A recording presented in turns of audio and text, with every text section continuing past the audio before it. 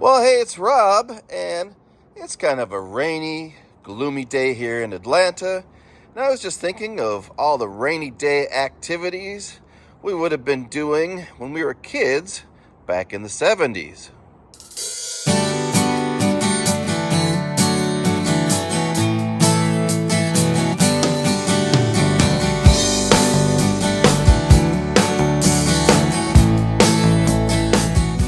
All right, and welcome to 10 Things You Would Do as a Kid on a Rainy Day in the 70s and, hey, in the 80s for that matter. We're not discriminating here. But in any case, I'm going to count them down even though they're in no particular order of importance. Number 10. Draw a 1. Don't put down your pen. Draw a 0. Now then, that is 10. 10-pin bowling is good fun. You have to knock them flying. Sometimes, though, you don't get one. You have to keep on trying. Taping songs off the radio. Yes, indeed. Back then, before you had money, before you discovered the Columbia Record Club and could get, 10 8-track tapes sent to you for a penny and then ignore all the mailings after that until they started calling on the phone. If you wanted to hear a song more than once and you wanted to, play something at will, well, the best way to do it was to get yourself a little tape recorder here. I've got myself a little micro cassette recorder here that I think came from my dad's office, a Toshiba micro cassette. Normally I would use a regular cassette. Most people had what are called the piano key players, which are the small little players with the handles and the keys that kind of look like piano keys. And you would record on those things. They had a built-in speaker, and you would record off your radio. You would basically just go into record here, and there are batteries in this thing? No. So you would go into record and pretend this was rolling, and you would have your radio here. Now this is actually a radio from the 60s. Not the 70s, but if we're in the 70s, you might have a radio from the 60s. This is a Kensington Globe radio. It's actually pretty cool. Only AM, but anyway, you'd crank up your radio. We're just going to get talk radio because it's AM. And at one point, the guy running the lot looks at me. You would record the song, wait for it to come, of course, on the radio, wait for the DJ to announce it, hit record, and then you'd have the song and you could listen back as many times as your little heart desired. There used to even be a program on, I think, WABX in Detroit called The Seventh Day, where they would play entire albums. So they would tell you, we're going to play Black Sabbath's Paranoid album. And then they would say, all right, here we go, we're playing the album. And there'd be about 10 seconds of dead air because they know you were rushing to get to your little recorder and hit record or whatever. Later on, of course, I did it with a cassette deck attached to my stereo and plugged in as opposed to just recording it, over the air in the room. Got a little more advanced as we went along, but basically back then, if you wanted to hear a song more than once and you wanted to hear it when you wanted to hear it, this is what you did. You recorded it on some type of tape recorder. 3 lots of 3. 7 and 2. 8, add 1. 9. There, that's 9. All right, number 9, handheld electronics. Starting in 1976, we had things like this that came on the market. Believe me, any new technology was so exciting at the time because there just was nothing back then compared to what we have now. Of course, you had such a limited amount of entertainment options, and this was absolutely amazing. It was red LED dots moving on the screen, and your LED dot was a little bit brighter than the other ones coming at you. That's it. So this is auto race here, and we'll put it on right here. And there they are, cars hitting me. I better get out of the way. Okay, I'm getting out of the way. And you moved up the screen like so. And this was fascinating to us. We couldn't believe it. I don't know a lot of people that had auto race. It wasn't super popular. After auto race, you had one called Space Alert, which was branded with Battlestar Galactica, a very popular show at the time. And if you'll notice, it's the same game, except that instead of, you moving up, you stay at the bottom and you're firing at the ships that are coming down. Very similar. They really didn't have to do much. They would just tweak these games, put a different sticker on it, and call it something else. This is a super rare version, and I'm not going into the history of handheld games here. I just want to show you a few of the things that we used to play with. This is Missile Attack. This was controversial because the picture on the bottom was New York City, and people didn't like the fact that New York City was getting nuked in a game. Not that, we're any better off now, but back then there was a lot of paranoia about nuclear war. And like I said, it's just ships coming down, you getting out of the way, firing at them. Oh, can I hit it? I don't know. Probably not here. There we go. I got one. And if you don't move, well, your ship gets hit, and there you go. You're done. Plays a little song. That's it. So surprisingly enough, I found this on eBay, not too expensive, because these actually go for like thousands of dollars. Incredibly rare game here, Missile Attack. Not really something you're going to come across at your old Yield estate sale or anything like that. Moving on. Handheld electronic games, of course, like I said. Football, super popular. I don't have Mattel Electronics football for some reason. I've got Tandy, and these all pretty much play the same way. Here is one from a brand called Conic. There were so many knockoffs of football, and basically you're the bright LED, and you're moving down the field, and you're trying to get there, and if you hit the guy, it's flashing, and you're, onto the second down or whatever. Electronic football, like I said, was really the one that knocked it out of the park. Everyone had it, everyone played it, everyone fought over it in school. So that was the thing to have back then. Moved on, we had baseball, we had electronic basketball, and most of these work, by the way. And there you go, you're the little guy there, moving along, whatever. Trying to shoot. Can we do it? Can we do it? Can we get it in? Oh, all right. So a lot of sports-related games, a lot of space-related games, a few oddball things. This was like Simon, but it was Atari's version called Touch Me, where you had to follow the colored patterns.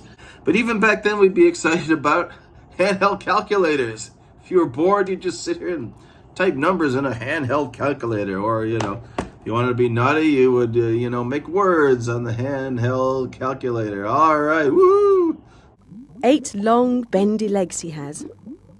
Or are they really arms? No matter what we say he has, they'll not do us any harm. All right, next up, Shrinky Dinks. Color in a shrinky dink, cut out a shrinky dink. Then Mom takes it and right before your eyes, your shrinky dink shrinks right down to size. Like magic. Fabulous, fantastic. You have to remember, kids were outside. They were free range in the 70s. I don't want to get into, my childhood was better than yours or whatever, but 90% of the time, maybe even more, if you could get out of the house and do something, bam, you were gone. You were down at a friend's house on your bike or whatever. Parents really didn't know where you were. You may tell them you were going to your friend John's, and your friend John would say, hey, we're going to go see our friend Mark, or what. You'd be out wherever, whenever. They really wouldn't know. Of course, no, cell phones or any way to track you at all. You would just be out and about, especially if you had a bike or some way to get around. And that was the 70s. But if you were stuck inside and you happened to, need some sort of activity, and, you said, Mom, I'm bored. I think a friend of mine just said his kid was complaining about being bored. I'm like, oh my God, look at all the stuff they have now. Anyway, when you were bored, one of the things your mom might have are these Shrinky Dinks. They're ridiculous. They were just sheets of plastic that you would cut out with designs. I think you could either draw them or, color them in, and they had pre-made ones already for you. They would go in the oven, and they would shrink to a smaller size. That's it. 7 snakes alive. Oh, the joys of spring. 7 cakes arrive. 7 snakes tuck in. Number 7, phony phone calls. Back then, the phone was a toy. You had a phone in your house. Everyone had a phone in their house. When I was growing up, this is what phones looked like. Even before touch tone, you had, of course, the rotary dial phones. In any case, you'd make phony phone calls. You'd get on the phone, you'd goof around, you'd laugh, you'd say, is your, refrigerator running? You better catch it, all that kind of stuff. Another good joke you could do with the phone, and it would work once for your parents, and then of course they'd catch on, is you would take the little microphone element out of the phone. This one's already gone. Somebody already pranked me. And then you'd put the cover back on, and people would try to talk in. They couldn't hear anything at all. And you'd say, what's going on? My phone's broken. Back in the 70s, you didn't even own your own phone. You went to the phone company, and they assigned you a phone. Maybe you could choose a color or something or other, or a style from 3 or 4 styles, and you got your phone and you rented it. So every month your phone cost you $1.50, and it just sat there, costing you money every month. Don't forget we had long distance bills too. So your phone bill might be $20 a month, but you could run up $100, $150 in long distance charges every month if you had a friend that lived out of town, your girlfriend went to college somewhere else or whatever. So that's something we don't have to deal with anymore, is those expensive long distance calls. But like I said, just messing around with phones, goofing off, calling people. There used to be these party lines where you would call into a number and you could hear multiple people on the phone at the same time. It was very strange. I don't know why they existed, but your high school could have a specific number that you called, and you'd call, is anyone on here? Maybe there'd be like one person on there on the party line or whatever. So weird stuff that we used to do back with phones because we didn't have anything else to do. Both have 6 legs, as all insects do. Butterflies, cockroaches, grasshoppers too. All right, number 6, making movies. Yeah, we had movie cameras back then, of course. You put film inside them. You would open them up, and you would load up a spool of film in here.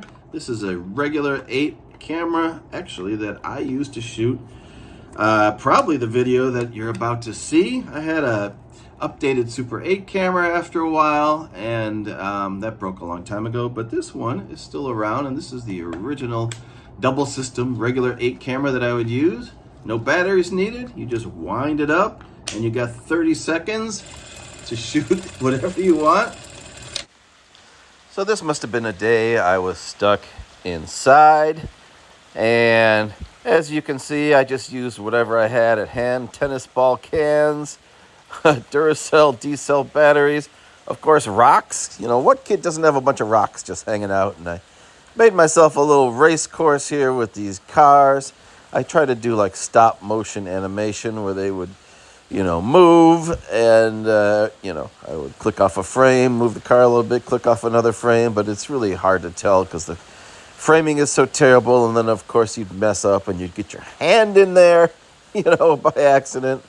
So anyway, had lots of fun doing this, but like I said, most of the stuff we filmed would have been outside. It was so much easier to film in the daylight than to try to light any kind of scene or whatever. I probably just had a lamp or something, pointed at these cars, and there's the hand. Anyway, and then you got bored at the end, and of course you just had to trash every single thing, that you were filming, and that would be the end of your movie. You'd get about 1.5 minutes on the spool. You'd flip it over. You get another minute and a half. So you get about 3 minutes of footage. So you really had to plan out what you were shooting. You couldn't just randomly shoot whatever came to mind because the film would go by very quickly. Look at the fingers on one hand. Stick them in a jelly. Stick them in the sand. Number 5, making crazy concoctions. This is something you did when you were super bored, usually when your parents weren't home, but you would go take the old spice rack and you'd put a bunch of stuff into a glass, maybe a glass of water or milk or who knows what, dill, mix it up. How about a little tarragon, turmeric, ground fennel, and you'd stir it all up and you would dare each other to drink it. Usually I tortured my sister with this, and always it tasted awful. 4 wheels, for example, you'll find on a car. Without the whole set, you won't go very far. 4 wheels as well on a railway truck, a van, a pram, and a pull-along duck. All right, number 4, the yes and no books. These were a lot of fun. These seemed to be always around when I was a kid. You had a pen, which was an invisible pen, so it looked clear. You couldn't see any color or anything on it. You had a book, which had these spaces that you would mark in, And when you marked in it with the invisible pen, it would become visible and it would be a mark. So these yes and no books had sports themes and history themes, and you had all sorts of different things, and they would say from ages 5 to 105 or what, it never really mattered or made any sense. But you would fill out these little quizzes, and there would be questions to answer, and you'd have to find what's in the picture that's matching or missing. They had sports games, they had like Battleship, they had, baseball and all sorts of stuff. And these were actually pretty entertaining games. Of course, tic-tac-toe and stuff that you would normally have as a kid were in these books as well. And actually were a lot of fun. I'd be happy to go fill one of these things out right now on a rainy day. 3. I saw 3 ships come sailing by, 3 ships upon the sea, and on each ship 3 lookouts high, with buttered scones for tea. All right, and number 3 is the old standby board games. Of course, you would pull out Parcheesi, Monopoly, Chutes and Ladders, whatever you had, you name it, and you would have a pile of board games in the house, and I'm sure people still do when they have kids. Get some board games and entertain yourself for a while. 2 humps, 2 horns, 2 ears, 2 eyes. All right, number 2, girder and panel. Back in the 70s, it seemed like we were always building something. There were all these building toys. There were, of course, Lincoln Logs.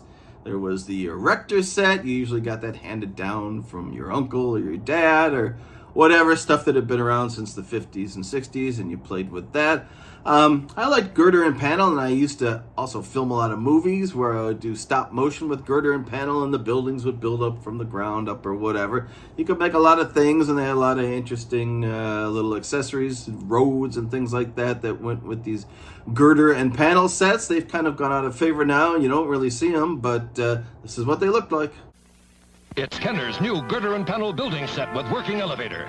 Gonna build me a skyscraper 12 stories tall with girders and panels, and that's not all. There's a working elevator, I can make it go up to the top, then down below. I can make lots of buildings one by one. Ain't gonna stop till I get it done. Building. The girder and panel building set with working elevator. New from Kenner. All right, and the number 1 activity, of course, when you were bored in the 70s, sitting at home, or you had a sick day or whatever, day off of school, of course, you'd be sitting around watching a lot of TV, and we watched a lot of TV back then.